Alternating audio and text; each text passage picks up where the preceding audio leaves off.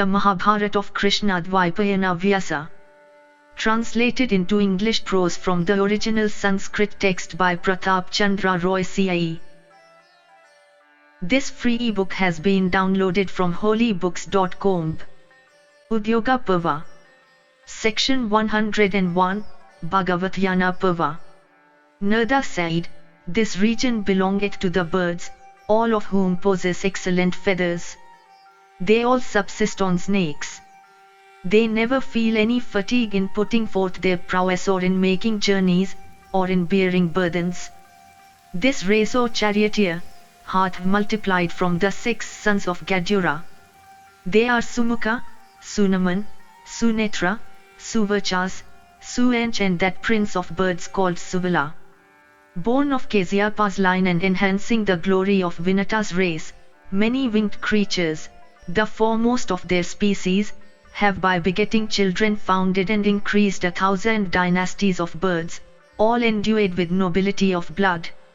All these creatures are endued with great prosperity, have the auspicious world called Srivatsa, possess great wealth and are inspired with great might. By their acts they may be said to belong to the Kshatriya order, but they are all without any compassion, subsisting as they do on snakes. They never attain to spiritual enlightenment in consequence of their preying on their kinsmen. I will now enumerate the chiefs by their names. Listen to me, O Matali. This race is much regarded in consequence of the favor that is shown to it by Vishnu. They all worship Vishnu and Vishnu is their protector. Vishnu always dwelleth in their hearts and Vishnu is their great refuge. These then are their names: Suvarnashura, Nagasen, Daruna, Chandachandaka, Anala, Veslaksha, Kundan, Pankajit, Vajraviskamba, Venetaya, Vamana, Vartevga, Disachakshu, Nimisha, Animisha, Trirava, Saptarava, Valmiki, Deepaka, Detyadvipa, Saridvipa, Sarasa, Padmeketana, Sumukha, Chitraketu, Chitravara, Anaga, Meshahrit, Kumuda, Daksha, Serpanta, Somabhojana, Gurabhara, Kapota, Suryanitra, Chirantaka, Vishnudhaman, Kumara, Parivaha, Hari, Susvara, Madhupaka, Hemavarna, Malaya, Mataraiswan, Naisakara and Divkara. These sons of Gadura that I name dwell in only a single province of this region. I have mentioned those only that have won distinction by might, fame and achievements. If thou likest none here, come, we will go hence. O Matali, I will take thee to another region where thou mayest find an eligible husband for thy daughter." Thus ends the 101st section in the Bhagavat-yana Parva of the Udyoga Parva. Section 102, Bhagavat-yana Parva. Narada said, "The region where we now are is called Rasatala, and is the 7th stratum below the earth. Here dwelleth Surabhi, the mother of all kin, she who was born of the Amrita. She always yieldeth milk, which is the essence of all the best things of the earth, and which, excellent as it is and of one taste, springeth from the essence of the 6 different kinds of tastes that are talked of. The faultless Surabhi herself sprang in days of old from the mouth of the grandsire, gratified with drinking the Amrita and wanting the best things. A single jet only of her milk falling on the earth created what is known as the sacred and the excellent milky ocean. The verge of that ocean all round is always covered with white foam resembling a belt of flowers. Those best of ascetics that are known by the name of the foam drinkers dwell around this ocean, subsisting on that foam only. They are called foam drinkers because they live, O Matali, on nothing else save that foam. Engaged in the practice of the severest of austerities, the very gods are known to fear them. From her are born other kin, O Matali, supporting the 4 quarters, and therefore are they called the supporters of the quarters, Deepali. Born of Surabhi herself, she who supporteth the eastern quarter is called Surupa. She who supporteth the southern quarter is called Hansika. That illustrious cow, O Matali, of universal form whose supporteth the western quarter ruled by Varuna is known by the name of Subhadra. The northern quarter comprising the region of virtue, and called after Kuvara the lord of treasures, is supported by the cow named Sarvakaneduga. The gods uniting with the Asuras and making the Mandara mountain their pole, churned the waters of the ocean and obtained the wine called Varani, and the goddess of prosperity and grace called Lakshmi, and Amrita, and that prince of steeds called Uchesrava, and that best of gems called Kaustubha. Those waters, O Matali, that yielded these precious things had all been mixed with the milk of these 4 cows. As regards Surabhi, the milk she yielded becometh Swaha unto those that live on Swaha, Swada unto those that live on Swada, and Amrita unto those that live on Amrita. The couplet that was sung by the dwellers of Rasatala in days of old, is still heard to be recited in the world by the persons of learning. That couplet is this: neither in the region of the Nagas, nor in Swaga, nor in Vimana, nor in Tripishtapa, is residence so happy as in Rasatala. Thus ends the 102nd section in the Bhagavat Parva of the Udyoga Parva. Section 103, Bhagavat Parva. Narada said, this foremost of cities that thou beholdest and which resembles the Amravati of the chief of the celestials himself, is known by the name of Bhagavati. It is ruled over by Vasuki, the king of the Nagas. That Shesha dwelleth here who, in consequence of his ascetic austerities of the foremost order, is able to support this earth with all her vastness. His body is like that of a white mountain. He is decked in celestial ornaments, he hath 1,000 heads, his tongues are blazing like flames of fire, and he is endued with great strength. There dwell in happiness innumerable Nagas, sons of Surasa possessed of diverse forms, and decked in ornaments of diverse kinds, bearing the signs of gems, swastika, circles and drinking vessels. All of them endued with great strength, are by nature fierce. Some have 1,000 heads, some 500, and some 3. And some have 2 heads, and some 5, and some have 7 faces. And all of them are possessed of huge bodies that resemble the mountains stretching over the earth. Millions and tens of millions are they, in fact, uncountable, even as regards those of them that belong to a single race. Listen however to me as I name a few of the more famous ones amongst them. They are Vasuki, Takshaka, Kakotaka, Dhanjaya, Kalya, Nahusha, Aswatara, Vakyatunda, Mani, Apurana, Kaga, Vamana, Elipatra, Kukura, Kukuna, Ayaka, Nandaka, Kalasa, Potaka, Kalilasaka, Pinjaraka, Airavata, Sumanmuka, Dadimuka, Sanka, Nanda, Upanandaka, Apta, Kotraka, Sikhi, Nishturaka, Titairi, Hastibhadra, Kumuda, Melapindaka. The 2 Padmas, Pundarika, Pushpa, Madgarapanaka, Kavira, Pitaka, Samvrita, Vrita, Pindara, Vilvapatra, Mashikada, Sirishaka, Dilipa, Sankasarsha, Jyotishka, Aparajita, Kauravya, Dhritarashtra, Kuhara, Krizaka, Virajas, Dharana, Savahu, Mukara, Jaya, Vidira, Anda, Visandi, Virsa, and Sarasa. These and many others there are amongst the sons of Kasyapa. See, O Matali, if there is anybody here whom thou canst elect. Kanva continued. Matali meanwhile had been looking attentively at a person that stood by. And after Narada had ceased speaking, the celestial charioteer with gratified mind asked the rishi saying, of what race is he, the delighter, that comely youth of great radiance, who standeth before Aryaka of Kauravya's line? Who is his father, and who his mother? Of what Naga's race is he? Indeed, Of what line doth he stand as a high flagstaff? In consequence of his intelligence, his patience, his beauty and his youth, my heart, O celestial Rishi, hath been attracted towards him. That youth will make the best of husbands for my Gunakesi. Kanva continued, beholding Matali's gratification at seeing the Naga called Sumukha, Narada informed him of the nobility of his parentage and of his feats.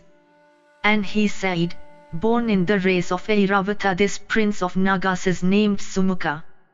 He is the favorite grandson of Aryaka, and the daughter's son of Vamana. The father of this youth was, O Matali, the Naga called Chikura. Not long before was he slain by Vinata's son. Hearing this, Matali became highly pleased, and addressing Narada the charioteer said, this best of Nagas is, O sire, very acceptable to me for a son-in-law. Make an endeavor to secure him, for I am highly pleased at the thought of bestowing on this Naga, O Muni, my dear daughter. Thus ends the 103rd section in the Bhagavatyana Parva of the Udyoga Parva. Section 104, Bhagavatyana Parva. Narada then said, this one is the charioteer of the name of Matali. He is besides a dear friend of Sakra. Pure in conduct, he hath an excellent disposition and possesses numerous virtues. Endued with strength of mind, he hath great energy and great might. He is the friend, counselor, and charioteer of Sakra. It has been seen in every battle that small is the difference that exists between him and Vasava as regards prowess and strength. In all the battles between the gods and Asura, it is this Matali that driveth by his mind alone, that ever victorious and best of cars belonging to Indra, which is drawn by 1,000 steeds. Vanquished by his management of the steeds, the enemies of the gods are subjugated by Vasava by the use of his hands. Defeated beforehand by Matali, the Asuras are subsequently slain by Indra. Matali hath an excellent daughter, who in beauty is unrivaled in the world, truthful and possessed of every accomplishment. She is known by the name of Gunakesi. He was searching the three worlds for an eligible bridegroom. O thou that art possessed of the splendor of a celestial, thy grandson Sumukha hath become acceptable to him as a husband for his daughter. If, O best of serpents, his proposal be acceptable to thee, quickly make up thy mind, O Ayaka, to take his daughter in gift for thy grandson. As Lakshmi in Vishnu's house, or Swaha in that of Agni, so let the slender-waisted Gunakesi be a wife in thy race. Let Gunakesi therefore be accepted by thee for thy grandson, like Sachi for Vasava who deserveth her. Although this youth hath lost his father, yet we choose him for his virtues, and for the respectability of Airavata and thy own. Indeed, it is in consequence of Sumukha's merits, his disposition, purity, self-restraint and other qualifications that Matali hath become himself desirous of giving away his daughter unto him. It behoveth thee therefore to honor Matali. Kanva continued, thus addressed by Narada, Aryaka beholding his grandson elected as a bridegroom and remembering the death of his son was filled with delight and sorrow at the same time. And he then addressed Narada and said, how, O celestial Rishi, can I desire Gunakesi for a daughter-in-law? It cannot be, O great Rishi, that thy words are not highly honored by me, for who is there that would not desire an alliance with the friend of Indra? I hesitate however, O great Muni, in consequence of the instability of the very cause that would not make that alliance lasting. O thou of great effulgence, the author of this youth, Vis my son, hath been devoured by Gadura. We are afflicted with sorrow on that account. But worse still, O Lord, Vinata's son, at the time of leaving these regions, said, after a month I will devour this Sumukha also. Surely it will happen as he hath said, for we know with whom we have to deal. At these words therefore of Suparna we have become cheerless. Kanva continued, Matali then said unto Aryaka, I have formed a plan. This thy grandson is elected by me as my son-in-law. Let this Naga then, proceeding with me and Narada, come to the Lord of Heaven, the chief of the celestials, O best of Naga. I shall then endeavor to place obstacles in the way of Suparna, and as a last resource, we will ascertain the period of life that hath been vouchsafed to Sumukha. Blessed be thou, O Naga, let Sumukha therefore come with me to the presence of the Lord of the Celestials. Saying this, they took Sumukha with them, and all the four, endued with great splendor, coming to heaven beheld Sakra the chief of the gods seated in all his glory. And it so happened that the illustrious Vishnu of 4 arms was also present there. Narada then represented the whole story about Matali and his choice. Kanva continued, hearing all that Narada said, Vishnu directed Purandara, the Lord of the universe, saying, let Amrita be given to this youth and let him be made immortal like gods themselves. Let Matali and Narada and Sumukha O Vasava, all attain their cherished wish through thy grace. Purandara, however, reflecting on the prowess of Vinata's son, said unto Vishnu, let Amrita be given unto him by thee. Thus addressed, Vishnu said, thou art the Lord of all mobile and immobile creatures. Who is there, O Lord, that would refuse a gift that may be made by thee? At these words Sakra gave unto that Naga length of days. The slayer of Vala and Vritra did not make him a drinker of Amrita. Sumukha, having obtained that boon, became Sumukha in reality, for his face was suffused with marks of joy. And having married Matali's daughter, he cheerfully returned home. And Narada and Aryaka, also filled with delight at the success of their object, went away after having worshipped the glorious chief of the celestials. Thus ends the 104th section in the Bhagavat Parva of the Udyoga Parva. Section 105, Bhagavat Parva. Kanva said, meanwhile, O Bharata, the mighty Gadura heard what had happened, viz., the bestowal by Sakra of length of days on the Naga Sumukha. And inflamed with great anger, that ranger of the firmament, Suparna, smiting the 3 worlds by the hurricane caused by the flappings of his wings, quickly came to Vasava.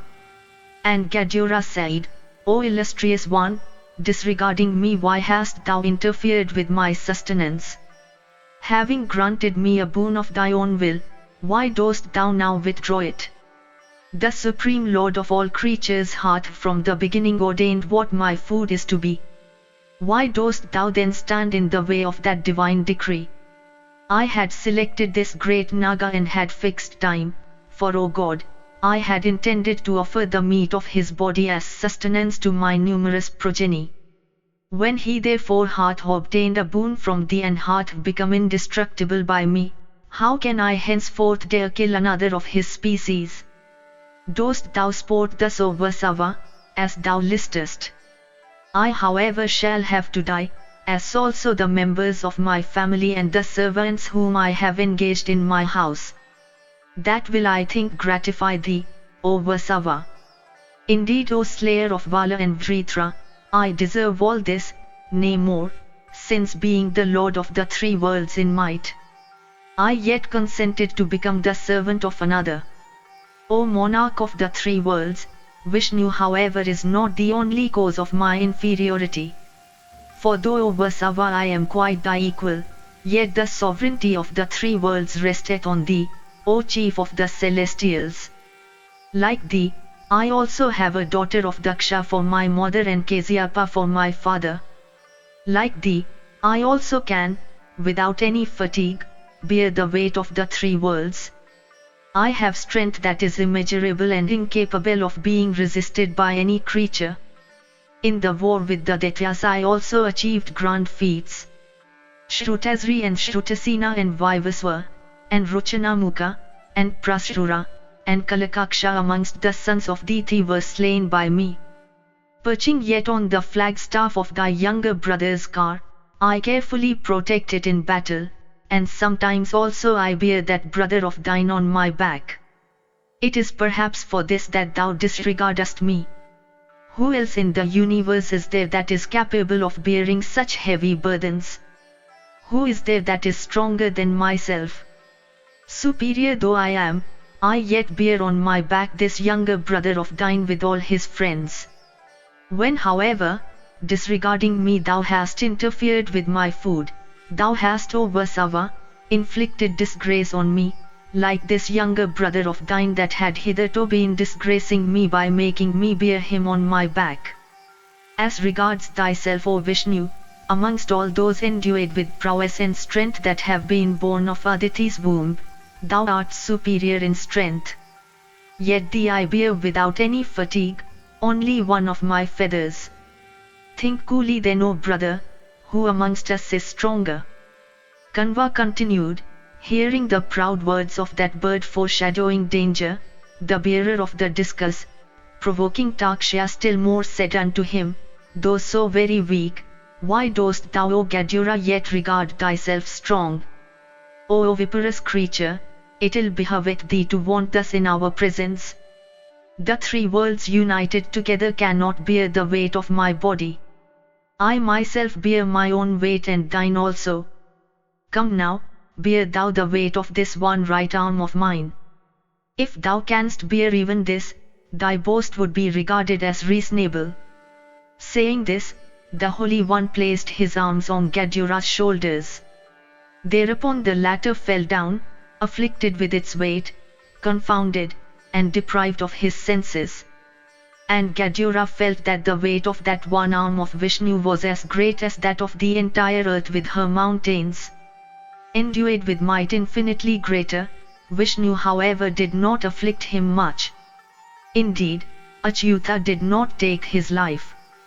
That ranger of the sky, afflicted then by that immense weight, gasped for breath and began to cast off his feathers. With every limb weakened and utterly confounded, Gadura was almost deprived of his senses. The winged offspring of Vinata then, thus confounded and almost deprived of his senses and rendered utterly helpless, bowing unto Vishnu with bent head, feebly addressed him, saying, O illustrious Lord, the essence of that strength which sustains the universe dwelleth in this body of thine. What wonder therefore that I should be crushed down to the earth by a single arm of thine, stretched out at thy pleasure? It behoveth thee, O divine Lord, to forgive this winged creature that perches on thy flagstaff. This fool, intoxicated with pride of strength, but now rendered utterly helpless. Thy great strength, O divine Lord, was never known to me before. It was for this that I regarded my own might to be unequalled. Thus addressed, the illustrious Vishnu became gratified and addressing Gadura with affection said, Let not thy behavior be such again. And saying this, Upendra threw Sumukha with the toe of his foot upon Gadura's breast. And from that time, O king, Gadura hath ever lived in friendship with that snake.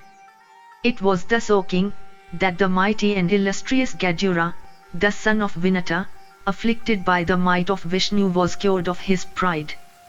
Kanva continued, In the same way, O son of Gandhari, thou livest, O son, as long as thou approachest not the heroic sons of Pandu in battle. Who is there whom Bhima, that foremost of smiters, that mighty son of Vayu, and Dhananjaya the son of Indra, cannot slay in battle? Vishnu himself and Vayu and Dharma, and the Aswins, these gods are thy enemies.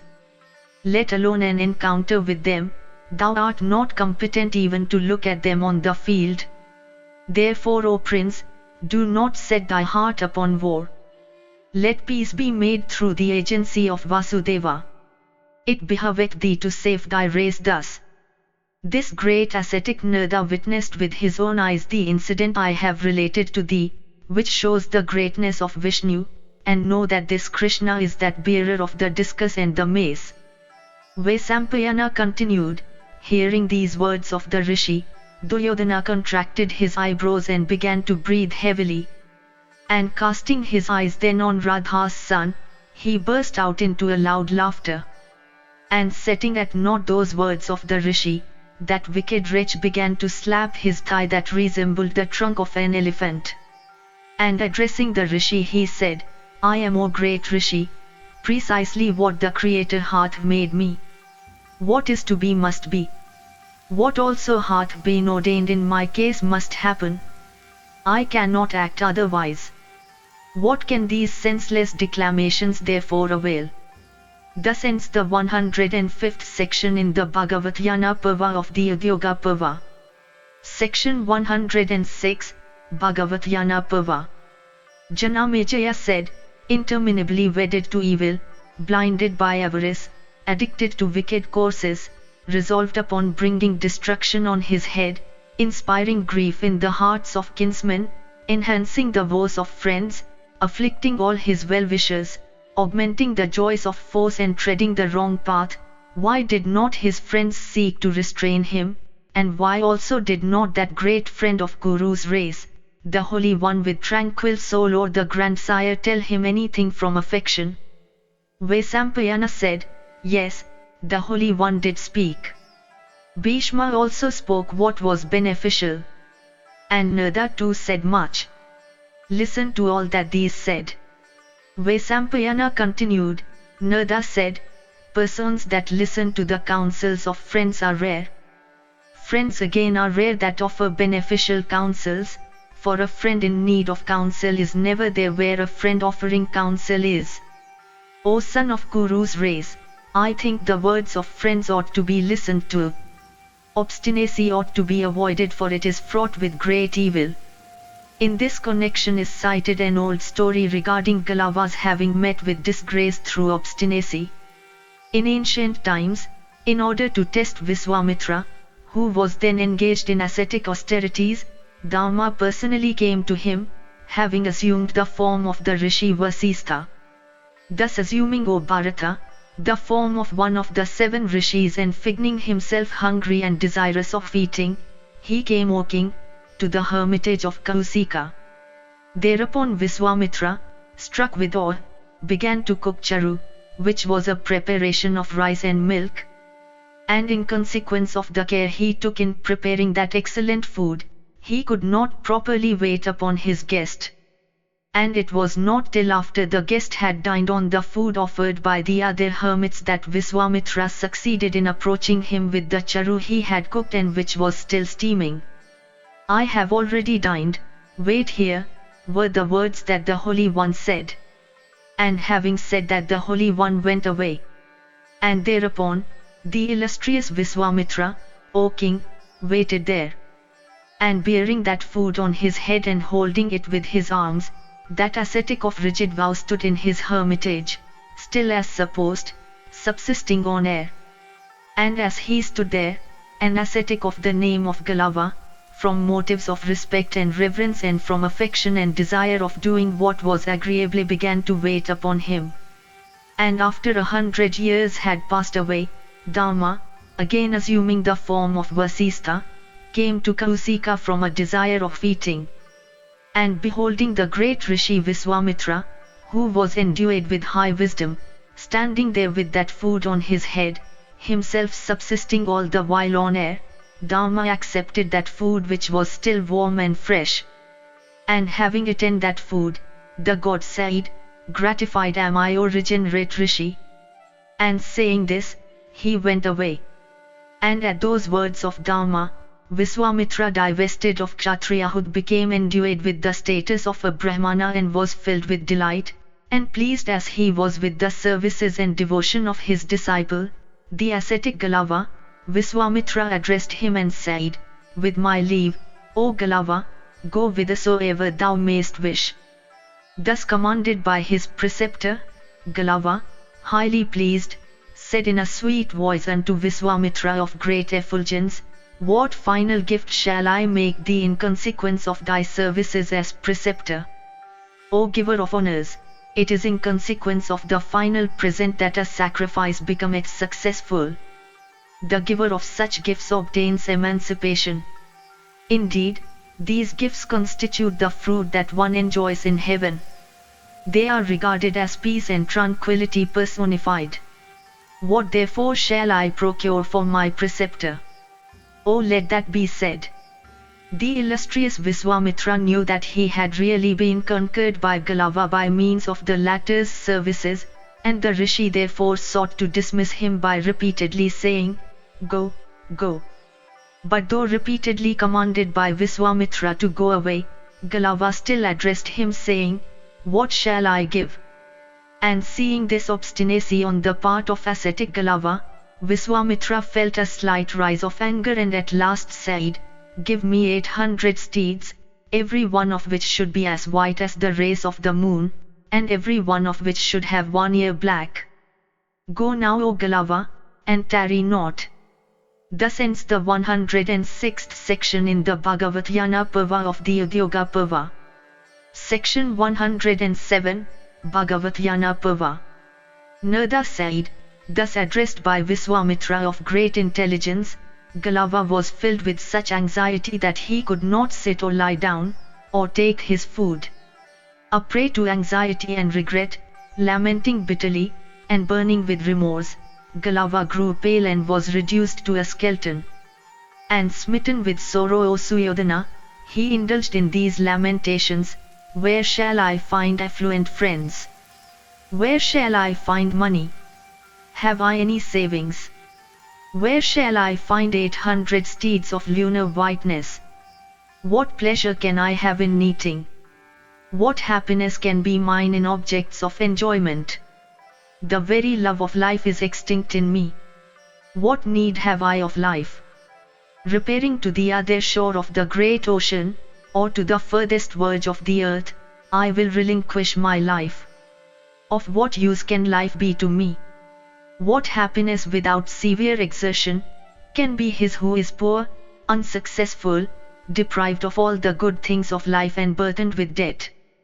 Death is preferable to life as regards him who, having enjoyed the wealth of friends through their friendship for himself, is unable to return their favor. The religious acts of that man lose their efficacy, who having promised to do an act fails to perform it and is thus stained with falsehood. One that is stained by falsehood cannot have beauty, or children, or power, or influence. How therefore can such a one attain to a blissful state? What ungrateful man hath ever earned fame? Where indeed is his place, and where his happiness? An ungrateful person can never win esteem and affection. Salvation also can never be his. He that is destitute of wealth is a wretch that can scarcely be said to live. Such a wretch cannot support his kinsmen and friends. Unable to make any return for the benefits he receiveth, he certainly meeteth with destruction. Even I am that wretch, ungrateful, destitute of resources and stained with falsehood, for having obtained my objects from my preceptor, I am unable to do his bidding. Having first endeavored to the utmost, I will lay down my life. Before this, I never craved for anything from the very gods. The deities regard me for this in sacrificial places. I will go and seek the protection of Vishnu, the divine Lord of the three worlds, of Krishna the great refuge of all who are blessed with protection. Bowing down unto him, I desire to see that highest of all ascetics, the eternal Krishna, from whom flow all those possessions and enjoyments that are owned by both gods and asuras. And while Galava was thus lamenting, his friend Gadura, the son of Vinata, appeared in his sight. And Gadura, from desire of doing him good, cheerfully addressed him saying, "Thou art a dear friend of mine. It is the duty of a friend, when himself in prosperity, to look to the accomplishment of the wishes of his friends. The prosperity that I have, O Brahmana, is constituted by Vasava's younger brother Vishnu. Before this, I spoke to him on thy behalf and he hath been pleased to grant my wishes. Come now, we will go together. I will bear thee comfortably to the other shore of the ocean, or to the furthest extremity of the earth. Come, O Galava, do not tarry." Thus ends the 107th section in the Bhagavatyana Parva of the Udyoga Parva. Section 108, Bhagavatyana Parva. Gadura said, "O Galava, commanded I have been by God, who is the cause of all knowledge. I ask thee, towards which quarter shall I first take thee to see what lie there? The eastern, the southern, the western, or the northern? Towards which, O best of regenerate persons, shall I go, O Galava? That quarter towards which Surya the illuminator of the universe first riseth, where at eve the sadhyas engage in their ascetic austerities, where that intelligence which pervades the whole universe first springeth, where the two eyes of Dharma, as well as he himself are stationed, where the clarified butter first poured in sacrifice subsequently flowed all around. That quarter, O best of all regenerate persons, is the gate of day and time. There the daughters of Daksha, in primeval times, gave birth to their children. There the sons of Kasyapa first multiplied. That quarter is the source of all the prosperity of the gods, for it was there that Sakra was first anointed as the king of the celestials. It was there, O regenerate Rishi, that both Indra and the gods underwent their ascetic penances. It is for this, O Brahmana, that this quarter is called Purva, the first. And because in the earliest of times this quarter was overspread by the Suras, it is for this that it is called Purva. The gods, desirous of prosperity, performed all their religious ceremonies here. It was here that the divine creator of the universe first sang the Veds. It was here that the Gayatri was first preached by Surya unto the reciters of that sacred hymn. It was here, O best of Brahmanas, that the Yajurvedas were delivered by Surya unto Yajnavalkya. It was here that the Soma juice, sanctified by boons, was first drunk in sacrifices by Suras. It was here that the Homa fires, gratified by mantras, first drank articles of cognate origin. It was here that Varuna first repaired to the nether regions, and attained to all his prosperity. It was here, O bull among the twice born, that the birth, growth, and death of the ancient Vasistha took place.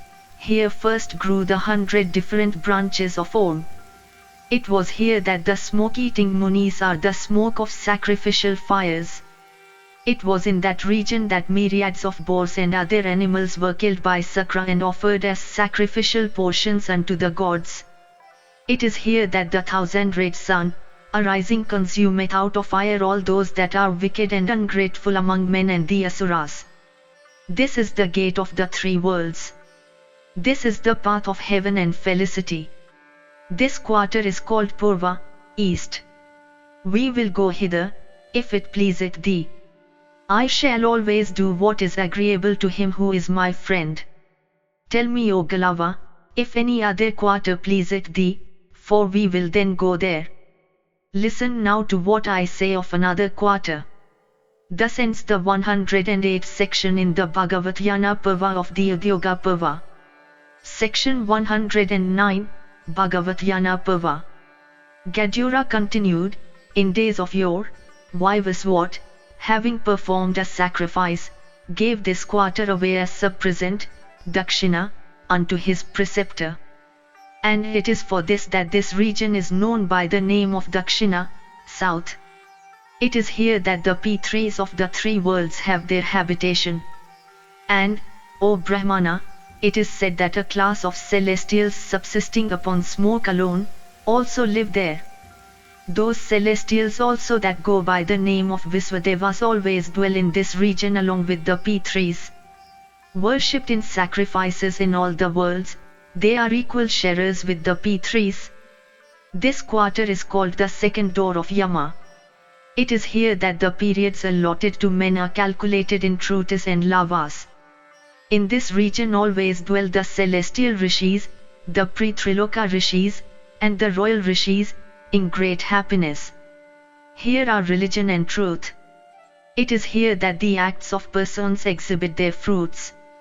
This region, O best of the twice born, is the goal of the acts of the dead. It is this region, O best of regenerate persons, whither all must repair. And as creatures are all overwhelmed by darkness, they cannot therefore come hither in bliss.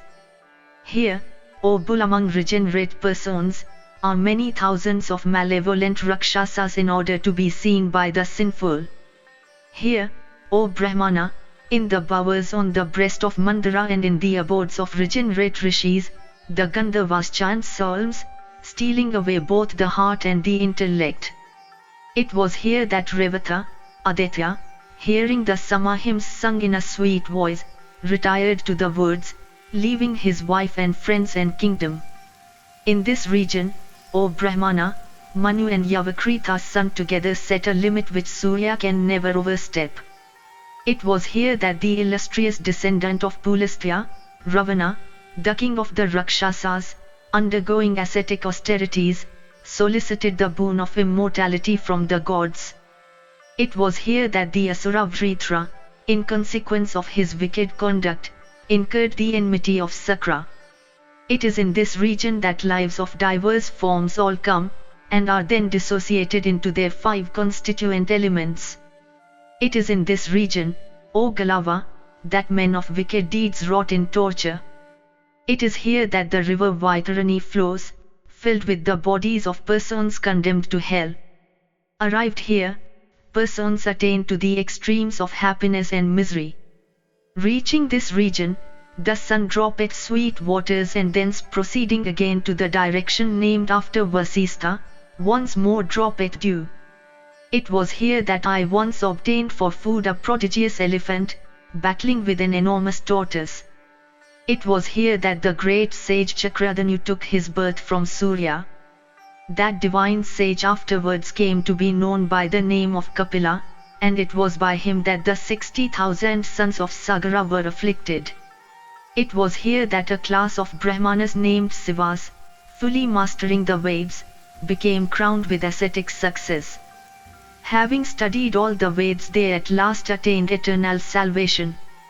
In this region is the city called Bhogavati that is ruled by Vasuki, by the Naga Takshaka and also by Airavata.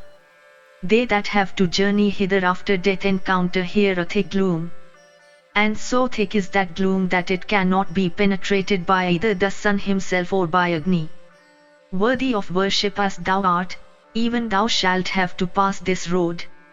Tell me now if thou wishest to sojourn towards this direction. Else, listen to an account of the western direction.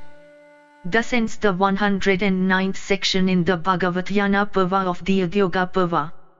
Section 110, Bhagavatyana Parva. Gadyura said, this quarter is the favorite one of King Varuna, the ruler of the ocean. Indeed, the Lord of the waters had his origin here, and it is hither that sovereignty lieth. And since it is here that towards the day's end, Pascat, the sun dismisseth his rays, that this quarter, O best of the twice-born ones, is called the West, Paschima. For ruling over all aquatic creatures and for the protection of the water themselves, illustrious and divine Kasyapa installed Varuna here, as the king of this region. Quaffing all the 6 juices of Varuna, the moon, the dispeller of darkness, becometh young again in the beginning of the fortnight. It was in this quarter, O Brahmana, that the Daityas were routed and bound fast by the wind god. And afflicted by a mighty tempest, and breathing hard as they fled, they at last laid themselves down in this region to sleep, the sleep that knows no waking. Hither is that mountain called Aista, which is the cause of the evening twilight, and which daily receiveth the sun lovingly turning towards it. It is from this quarter that both night and sleep, issuing out at the close of day, spread themselves, as if for robbing all living creatures of half their allotted periods of life. It was here that Sakra, beholding his stepmother, the goddess Diti lying asleep in a state of pregnancy, cut off the fetus into 49 parts, whence sprang the 49 Maruths. It is towards this direction that the roots of Himavat stretch towards the eternal Mandara sunk in the ocean. By journeying for even 1,000 years one cannot attain to the end of those roots. It is in this region that Surabhi, the mother of cows, repairing to the shores of the extensive lake, adorned with golden lotuses, poureth forth her milk. Here in the midst of the ocean is seen the headless trunk of the illustrious Swabhanu, Rahu, who is always bent upon devouring both sun and the moon. Here is heard the loud chanting of the Veds by Suvarnasiras, who is invincible and of immeasurable energy, and whose hair is eternally green. It is in this region that the daughter of Muni Harimedas remained transfixed in the welkin, in consequence of Surya's injunction couched in the words stop, stop. Here, O Galava, wind and fire and earth and water are all free, both day and night, from their painful sensations. It is from this region that the sun's course begins to deviate from the straight path, and it is in this direction that all the luminous bodies, the constellations, enter the solar sphere.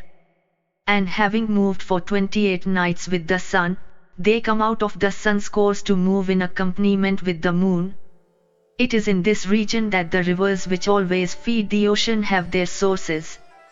Here, in the abode of Varuna, are the waters of the three worlds.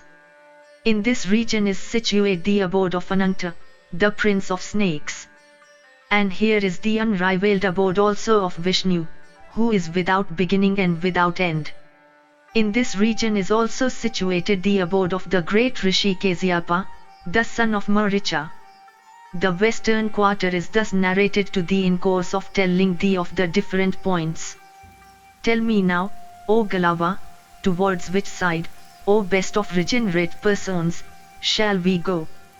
Thus ends the 110th section in the Bhagavatyana Parva of the Udyoga Parva.